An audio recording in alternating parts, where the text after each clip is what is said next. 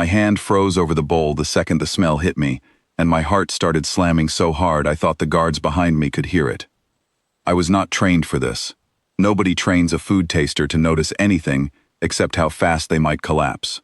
But that smell, sharp and bitter under the warm scent of the broth, did not belong there. It reminded me of almonds left too long in the sun, mixed with something metallic, like a coin held on the tongue. My grandmother used to warn me about that smell when I was a child helping her cook. She said if you ever smell almonds where almonds should not be, you put the spoon down and you run. I could not run, not with two guards standing on either side of the queen's table, their long blades resting against their forearms, ready to move the moment I did something wrong. The queen sat across from me on her throne of dark metal and woven silk, watching me with sharp golden eyes that missed nothing. Her name was Vera, ruler of the Kessa Dominion, and I had been brought to her palace only 3 weeks earlier as a foreign taster, a human nobody trusted, but nobody wanted to waste either. My name is Owen, and until that moment, my only job had been to eat small spoonfuls of her meals before she did, proving they were safe. I set the spoon down slowly, my fingers shaking. "Something is wrong," I said.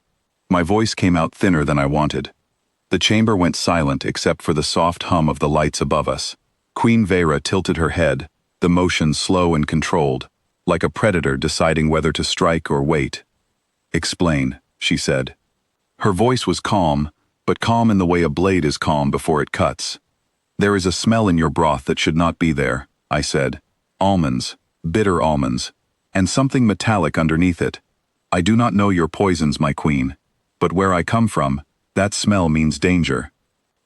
One of the guards stepped forward immediately, his hand tightening around the hilt of his blade. "He delays her meal. He insults her table." "No," Vera said, raising a hand without even looking at him. "He warns me." She rose from her seat, and the room seemed to shrink around her. She was tall, taller than any human, with skin the color of polished stone, and eyes that glowed faintly gold in low light. She walked around the table slowly, each step deliberate, until she stood directly beside me, looking down at the bowl. "Our scanners checked this meal an hour ago," she said. "They found nothing. Every dish that reaches my table passes through 3 separate machines built by our finest engineers." "Then whoever did this knew how to beat your machines," I said. "They used something new, something your scanners were never built to catch." She was quiet for a long moment, studying the bowl, then studying me. "You risk your life speaking to me this way," she said. "If you are wrong, I will have wasted an entire evening, because a human trusted his nose over the finest technology in my kingdom." "If I am wrong, you can punish me," I said. "But if I am right, and you eat that broth, there will be no punishment left to give, because you will not be alive to give it." Her eyes narrowed, but there was something else in them too, something that was not anger. She turned to the nearest guard. "Take the broth to the physicians. Test it for anything outside our known list. Do it now." The guard bowed and left quickly, carrying the bowl like it might explode in his hands. The room stayed tense while we waited, nobody speaking, nobody moving. I stood there, wondering if I had just saved a queen's life, or ended my own for nothing. It did not take long. The physician returned within minutes, his face pale, his hands trembling slightly, as he held up a small device. "My queen," he said, "there is a substance in the broth that matches nothing in our records. It does not react to any of our detection systems because it was never designed to be detected by them. Based on what little we could analyze, a full dose would have stopped your heart within 20 minutes, with no warning signs before that." The silence that followed felt heavier than anything before it. Queen Vera turned to me slowly. I expected anger, or maybe suspicion that I somehow knew too much. Instead, she studied my face like she was seeing me for the first time. "You saved my life," she said quietly, "with nothing but a smell." "I was lucky," I said, because it felt true. "My grandmother taught me that smell when I was young. I never thought it would matter here." "Luck does not explain courage," she said. "You could have stayed silent. Many in this palace would have stayed silent, afraid of being wrong, afraid of insulting me. You chose to speak even knowing what could happen to you if you were mistaken." I did not know what to say. so I said nothing. She turned to her guards. Seal every entrance to the kitchens. No one leaves until we know how this was done, and who is responsible. I want the kitchen staff questioned individually, and I want the delivery records for every ingredient checked tonight. The guards moved quickly, spreading out through the palace, and for the first time since I had arrived here, I saw real fear ripple through the staff. Someone inside these walls had tried to kill their queen, and now everyone was a suspect, including me. Vera must have noticed the tension in my shoulders, because she spoke again, softer this time. You are not under suspicion, Owen. If you wanted me dead, you would have let me eat. That eased something inside my chest, though not completely. Being trusted by a queen after an assassination attempt felt like standing on the edge of a cliff with the wind pushing at my back. Hours passed, while guards searched every corner of the palace. I stayed near the queen's chamber, unsure if I was supposed to leave or stay, until she called me back in. The room was quieter now, most of the guards stationed outside instead of inside. Vera sat by a window overlooking the city, her expression distant, thoughtful. They found the source, she said without turning around.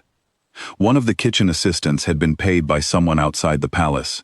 He confessed everything once questioned. He did not know who hired him directly, only that the payment was large enough to buy silence. So whoever wants you gone is still out there, I said. Yes. She turned to face me fully now, which means tonight was not the end of anything, it was the beginning. I felt a chill move through me, but underneath the fear, something else stirred too, a strange sense of purpose I had not expected to feel in this place. What happens now? I asked. Now, she said, stepping closer, I no longer trust anyone in this palace, the way I trusted them yesterday. Except you. She reached out and placed a hand gently against the side of my face. Her skin was cool, smooth, nothing like human skin, yet the gesture felt achingly familiar, like something drawn from an old memory rather than an alien custom. Where I come from, this is not something a queen does, I said quietly, my pulse quickening. Where I come from either, she admitted. But tonight, you gave me something greater than loyalty forced by duty. You gave me loyalty chosen freely, without command, without fear controlling your voice. I do not have the right words for what that means to me yet, but I intend to find them. Before I could respond, she leaned down and pressed her lips gently against my forehead, the same way I imagined a human might comfort someone they cared for deeply. It was brief, warm, and completely unexpected, and it left me standing frozen long after she pulled away. You will remain close to me from now on, she said, her voice steady again, back to the tone of a ruler giving an order, not as a taster, as someone I trust with my life.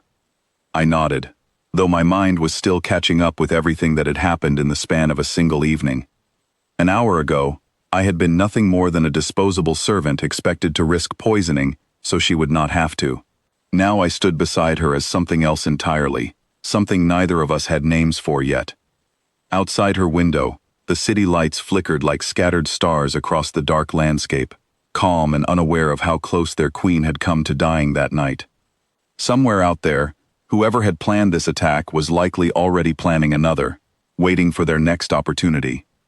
But for the first time since arriving in this strange, glowing palace, I did not feel like an outsider anymore. I felt like someone who mattered, someone whose instincts had been trusted over machines, built with far greater knowledge than my own. Vera returned to her seat by the window, her eyes distant again, already thinking ahead to whatever threats tomorrow might bring. I stayed beside her, watching the city lights with her in silence, both of us aware that our lives had just changed in ways neither of us could fully explain yet. The broth that almost ended her life sat forgotten on a tray near the door, a quiet reminder of how close everything had come to falling apart. And somewhere deep inside me, past the fear and the exhaustion, a new feeling settled in, steady and certain. Whatever came next, I would be ready for it. Because tonight, a smell I almost ignored had not only saved a queen's life, it had changed mine completely.